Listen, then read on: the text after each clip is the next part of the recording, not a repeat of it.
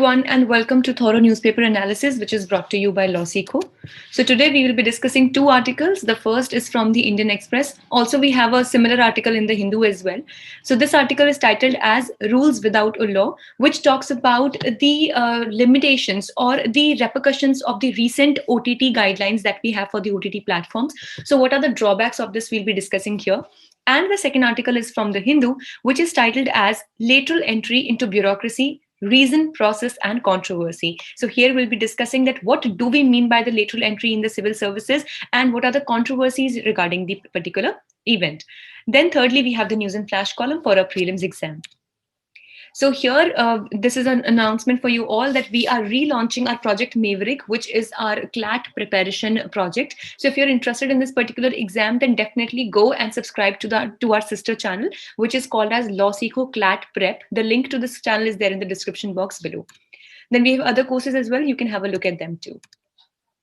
So this is the multiple choice question from a day before yesterday's discussion. The presence of DT, here's a blank, shows the possible proliferation of Vajrayana form of Buddhism in this region of Hazaribagh, Jharkhand. So your options are, which deity is it? Tara, Tantric, Pashupati, or none of the above? You can write down an answer in the comment section below. So this is the descriptive question for today's discussion. Why has it become necessary to regulate the online content on various OTT platforms? The OTT platforms, what are they? We'll be discussing once again in our discussion. And what steps has the government taken in this direction? So firstly, let's discuss about this very issue itself, which talks about the IT rules 2021. So the rules which were published using power under section 79 and 87 of the Information and Technology Act 2000. So basically these rules are called as Information Technology Intermediary Guidelines and Digital Media Ethics Code Rules 2021. Yes, it's indeed a very long name. But basically, as we had discussed in our previous discussions itself, that these rules are, they aim at basically controlling. Now, as these rules claim that they will be doing a positive control, but yes, of course, we have some key concerns which we'll be discussing in today's article. So they said that a lot of content on the OTT platforms has been of the nature which is not really good for the viewers, and even they are not age barred as well. So to keep such content away from especially the reach of children and sensitive viewers, so it is necessary that we have some kind of positive control on these OTT platforms. Now for this, let's first understand that what do we mean by the OTT platforms? Basically, the full form of OTT platforms is over-the-top platforms. Just like the over-the-top medicines, which are easily available from any medical shop or any pharmacy. So what happens is that we do not really need any kind of prescription for these medicines. We can directly go to the the shop, the medical agency or the pharmacy, and we simply can buy them. Let's say, for example, a cough syrup. So it is not necessary that you need to have a prescription written down by a doctor or any kind of such medical, or a hospital, and only then you will be able to get such cough syrup. But on the contrary, like if there is a particular kind of antibiotic, so for that you need to have what we call as the prescription. So these kinds of medicines which are easily available are called as the OTT medicines. Now, similarly, there are the OTT or over-the-top platforms as well. Like, for example, we have the Netflix, we have Amazon Prime, we have Disney Hotstar, MX Player, etc. So all of these are the OTT platforms. So what happens is that unlike the normal cinema, which we used to go and watch in the cinema halls, or just like the Bollywood or Hollywood, any kinds of movies, that particularly needed the certificate of the censor board, these things, or all the media content, or all the movies, or any kind of audiovisual content which is available on these OTT platforms, they do not really go through this entire procedure of the censor board, or any kind of such refining takes place. So it basically does not take place. And due to which, what has been seen lately is that a lot of content which is not really good for the viewers, like for example, a lot of pornographic content as well, the content which is pedophilic in nature, such like similar content, it's floating very easily on the internet, especially through these OTT platforms, which has become very much detrimental for various viewers, especially if we talk about the children. And that is why the central government, it came up with these rules, which are called as the IT Rules 2021 in short. But again, there are some key concerns with it. Now, there are primarily three key concerns. Let's see that what are they. Firstly, the use of government powers to regulate intermediaries under IT Act. So the publishers of the online news and current affairs content and online curated content, which is also called as the OCC content, OCC many a times, will be subject to a code of ethics, a redress and content takedown mechanism, and an oversight framework. Basically, the first key concern here comes is that there will be overreaching powers with the government to control the kind of data which is floating on the internet and especially on these OTT platforms. Now, why at all should we be concerned about such interference of the government? See, the freedom of speech and expression, which ultimately is exercised through these media platforms as well. So, that is something that has been given to us by the Constitution. But it is a possibility that something, maybe a particular kind of movie or a web series, which the government thinks. Now, let's understand here the government. See, there is a big difference between the constitutional ethics or the constitutionalism and what the government of your country thinks. See, there are different ideologies of various political parties, and that somehow gets reflected in the governance of that particular political party, which is at the ruling side, which is definitely is forming the government. So many a times the ideology of the government is reflected in what kind of content will it be allowed to be showed in the public domain. I'll give you a very simple example of this, that there is a Bollywood movie you all must have watched, I'm sure about that, Nayak. So that movie, which starred Anil Kapoor, it actually told about the dirty politics that takes place.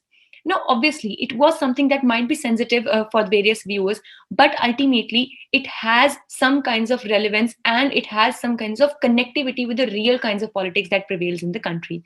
But when the time this movie had to be released, there were huge protests, and it became really difficult to release that movie. Why? Because that movie had the potential of putting forward the real face of many kinds of government leaders which were there in that at that particular time. So that is why it is a big concern that the government might misuse its overreaching powers to control the data and would only put forward the data or any kind of information or the audios and visuals or the media content that is only in support of that government, and anything that is in the criticism, even if it is a fair criticism, might be put down by the government. Secondly, speech and expression and privacy. So, the online digital news sources and content producers are vital for free speech and censorship.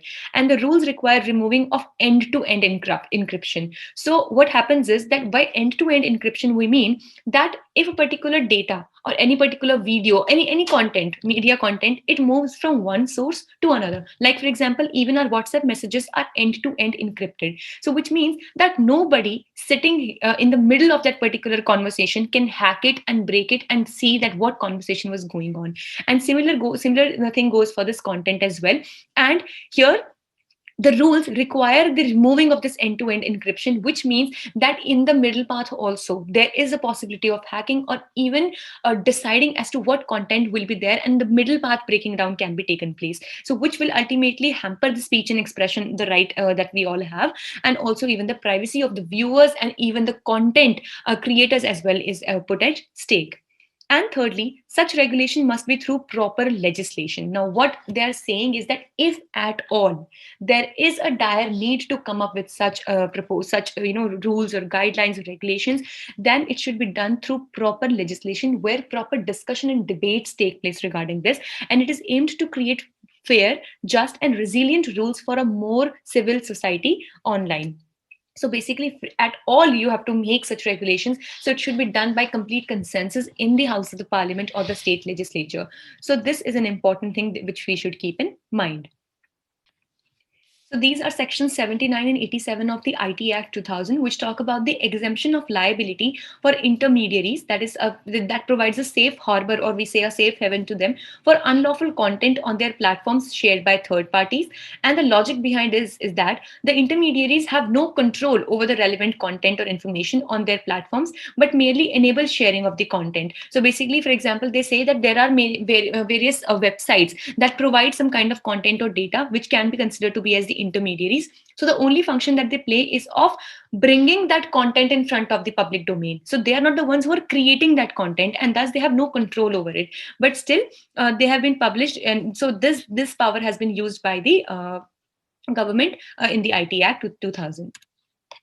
So these are the rules. So these will be the rules for the social media. These will be for the OTT platforms, and this will be for the digital news.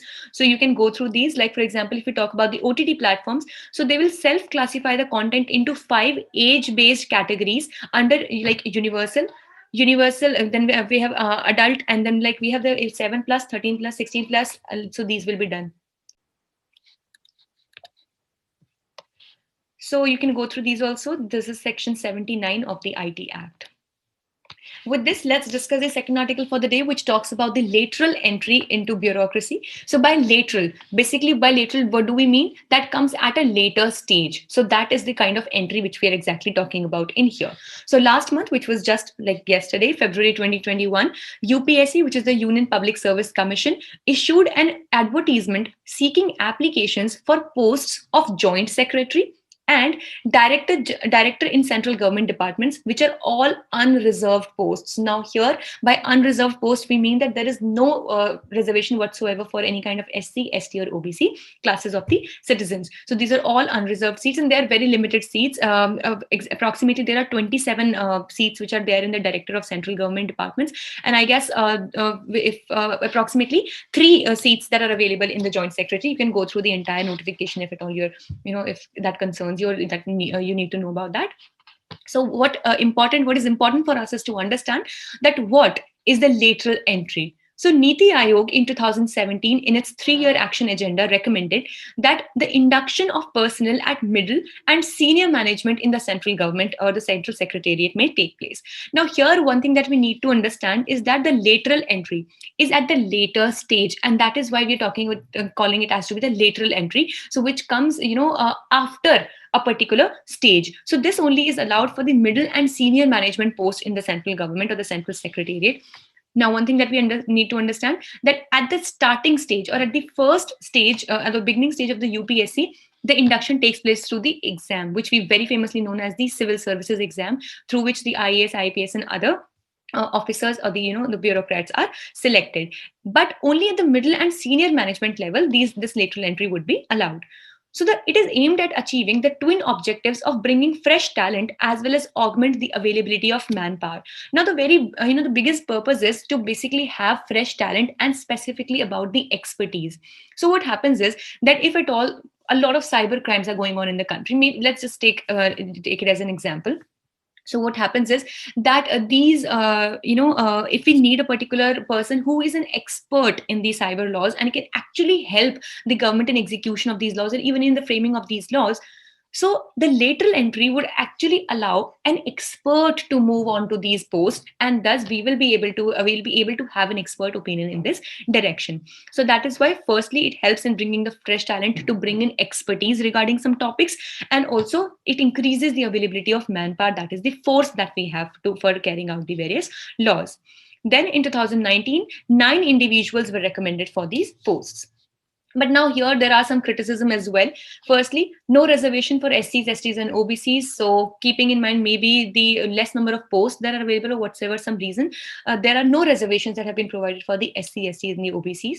And then as per the currently applicable 13-point roster, there is no reservation up to 3 posts. So then maybe if at all the number of posts that are available are more than 3, then maybe the reservation might be allowed in the later stage.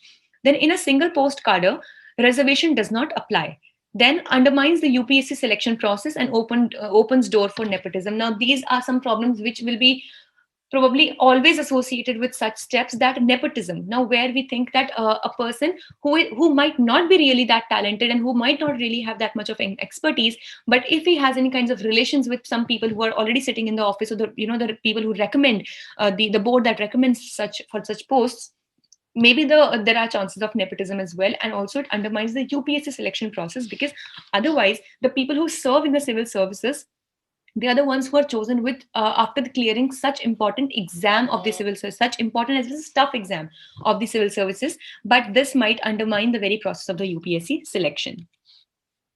With this, let's see what do we have for news and flash today. Amazonia 1 satellite So ISRO's PSLV C-51 successfully delivered to its 53rd mission by launching Amazonia-1. Now this name has to be kept in mind, which is a 637 kg commercial remote sensing satellite for the Brazilian Space Research Agency, and it had 18 co-passenger satellites as well. So it was launched from the Satish Dhawan Space Center at Sriharikota in Andhra Pradesh, which is the primary launching site of India. So India has actually helped Brazil in launching its Amazonia-1 satellite.